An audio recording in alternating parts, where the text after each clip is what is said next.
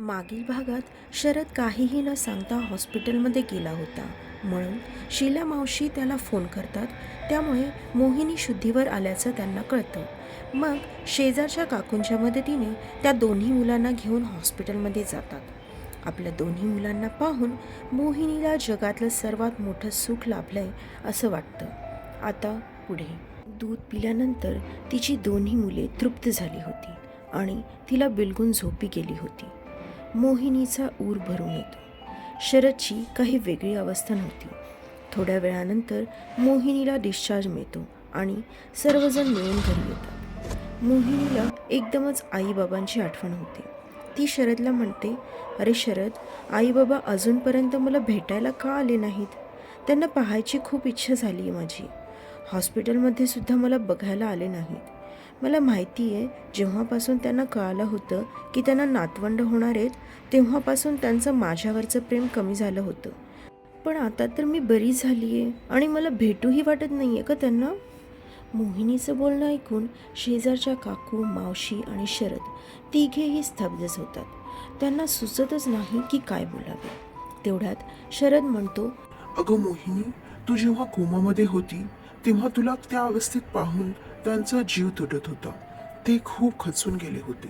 म्हणून मीच त्यांना तीर्थयात्रेला पाठवून दिले, जेणेकरून ते तिथे जाऊन तुझ्यासाठी प्रार्थनाही करतील आणि थोड्या काळासाठी का होईना जगाचा विसर त्यांना होईल.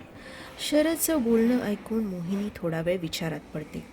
शरदचा तर श्वासच रोखला जातो. त्याला वाटतं की मोहिनीला त्याची गोष्ट पटली नाही. पण मग मोहिनी म्हणते, तू खूप चांगलं केलं शरद. मीही एक आई आहे. मला कळते की मला आजारी अवस्थेत बघून त्यांना किती त्रास होत असेल. कारण मी जेव्हा कोमामध्ये होते त्यावेळी माझ्या बाळांचा आवाज माझ्या कानी पडत होता. पण मी त्यांना घेऊ शकत नव्हते. माझ्या आईबाबांनाही तसंच वाटत असेल की ते मला मिठीत घेऊ शकत नाहीत. मोहिनीचं बोलणं ऐकून शेजारच्या काकू, मावशी आणि शरद तिघेही खूप भावुक होतात. त्यांना आपले अश्रू अनावर होऊ लागतात. म्हणून मावशी स्वयंपाकाचं कारण सांगून तिथून निघून जातात. शेजारच्या काकूही मोहिनीला काळजी घ्यायला सांगून तिथून निघतात आणि शरद मोहिनीला आराम करायला सांगतो आणि तिथून टेरेसवर निघून जातो. मोहिनीला थोडं आश्चर्य वाटतं, पण ती त्याकडे दुर्लक्ष करते आणि आराम करू लागते. शीला मावशी किचनमध्ये अश्रू गाळत असतात. शरद टेरेसवर जाऊन खूप रडू लागतो. त्याला आता सर्व काही अनावर झालं होतं. तो मोहिनीला काहीच सांगू शकत नव्हता, कारण डॉक्टर निशाने सांगितलं होतं की किमान येणारे 3 महिने मोहिनीला खूप जपलं पाहिजे. ह्या काळात जर तिला काही मानसिक आघात झाला तर ती पुन्हा कोमात जाऊ शकते आणि त्यानंतर तिला वाचवणं कठीण जाऊ शकतं. हळूहळू दिवस पुढे सरकत होते. मोहिनी नेहमी आईबाबांबद्दल विचारत होती, पण शरद काही ना काही कारण सांगून वेळ मारून न्यायचा. आता त्यांची मुले 6 महिन्यांची झाली होती. आता ती रांगू लागली होती. मोहिनी खूप चांगल्या प्रकारे दोन्हीही मुलांना सांभाळत होती. शरदला तिचं फार कौतुक वाटत होतं. असंच एक दिवस शरद ऑफिसमधून घरी येतो तर मोहिनी तो आल्या आल्याच त्याला आईबाबांशी भेटायची इच्छा बोलून दाखवते. ती म्हणते, शरद, आता मला राहवतच नाही आहे. आईबाबांशी किती दिवस झालं मी बोलले नाही आहे. प्लीज मला त्यांच्याशी बोलायचं आहे. प्लीज शरद. तिचं बोलणं ऐकून शरद काही वेळ शांतच राहतो. मग मोहिनीला म्हणतो, मोहिनी, मी तुला आज सर्व काही खरं खरं सांगणार आहे, पण त्याआधी तू तयार हो. आपल्याला हॉस्पिटलमध्ये जायचंय. हॉस्पिटलचं नाव ऐकून मोहिनी प्रश्नार्थक नजरेने शरदकडे पाहते. तर शरद तिला म्हणतो, मोहिनी, तुला सगळं कळेल. बस तू तयार राहा. मी कॉफी बनवतो तुझ्यासाठी, मग आपण निघूया. मोहिनीही तयार होते. शीला मावशींकडे दोन्ही मुलांना सोडून ते दोघे मिळून हॉस्पिटलकडे निघतात. तिथे पोहोचल्यानंतर आधीपासूनच एक न्यूरोसर्जन तिथे असतो. डॉक्टर निशाला शरदने सर्व काही सांगितलेलं असतं. इमर्जन्सी असेल तर मोहिनीवर इलाज लवकर सुरू व्हावेत म्हणून न्यूरोलॉजिस्ट आधीपासूनच हजर होता. आता ती वेळ आली होती की मोहिनीला तिच्या आईबाबांबद्दल सांगावं. म्हणूनच शरद मोहिनीला हॉस्पिटलमध्ये घेऊन आला होता. मग मोहिनी त्याला विचारू लागते की ते हॉस्पिटलमध्ये का आलेले आहेत. त्यावर शरद आणि डॉक्टर निशा दोघे मिळून तिला हळूहळू सर्व काही खरं खरं सांगू लागतात. त्यांचं बोलणं ऐकून थोडा वेळ मोहिनीला तिच्या कानांवर विश्वासच बसत नाही. पण मग ती जोरजोरात रडू लागते. ते न्यूरोसर्जन शरदला आणि डॉक्टर निशाला सांगतात की तिला तिचं मन मोकळं करू देत. पण थोडा वेळ जातो तर शरदला राहावत नाही. तो मोहिनीला समजावू लागतो. मोहिनीला शरदचा राग आलेला असतो.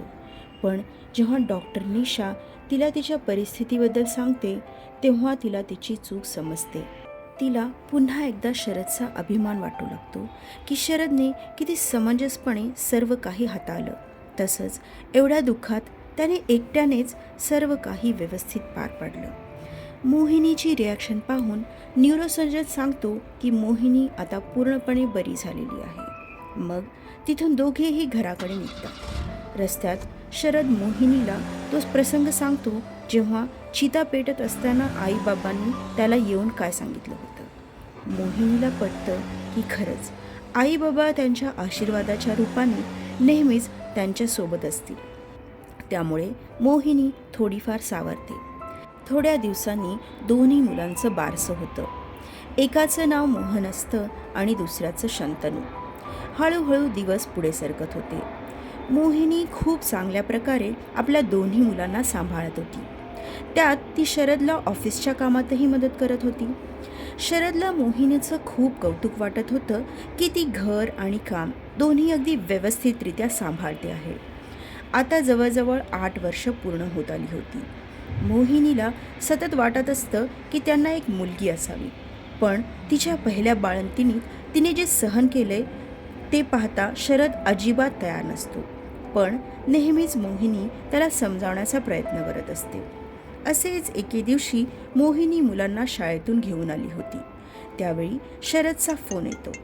तो तिला तातडीने अनाथाश्रमात यायला सांगतो. मग मोहिनी मुलांचं आटोपून अनाथाश्रमाकडे निघते. तिथे गेल्यानंतर ती शरदला शोधत असते. पण शरद तिथे नसतोच. म्हणून मोहिनी शरदला फोन लावणार तोपर्यंत शरद बाहेर येतो. त्याच्या हातात एक तान्हं बाळ असतं. मोहिनी प्रश्नार्थक नजरेने त्याच्याकडे पाहू लागते. शरद म्हणतो, मोहिनी, तुझी फार इच्छा होती ना की आपल्याला एक मुलगी असावी. हे बघ, देवाच्या कृपेने आपल्याला आता एक मुलगी मिळाली आहे. पण मोहिनीला कळतच नाही. म्हणून शरद तिला समजावताना म्हणतो, अगं, आज सकाळीच अनाथाश्रमाच्या बाहेर कोणीतरी या नवजात बालिकेला ठेवून गेले होते. मग मला तसा फोन आला म्हणून मी आधी चौकशी केली आणि मग ठरवलं की आपण हिला दत्तक घ्यायचं. म्हणून सर्व फॉर्मॅलिटी पूर्ण केली आणि तुला बोलावलं. यावर मोहिनी खुश होत म्हणते, शरद, खरंच तू खूप चांगलं काम केलंस. आपल्या दोन्ही मुलांना एक बहीण मिळाली आहे. हे बोलत असतानाच शरदला एक फोन येतो. आजचा हा पार्ट कसा वाटला नक्की कळवा. धन्यवाद.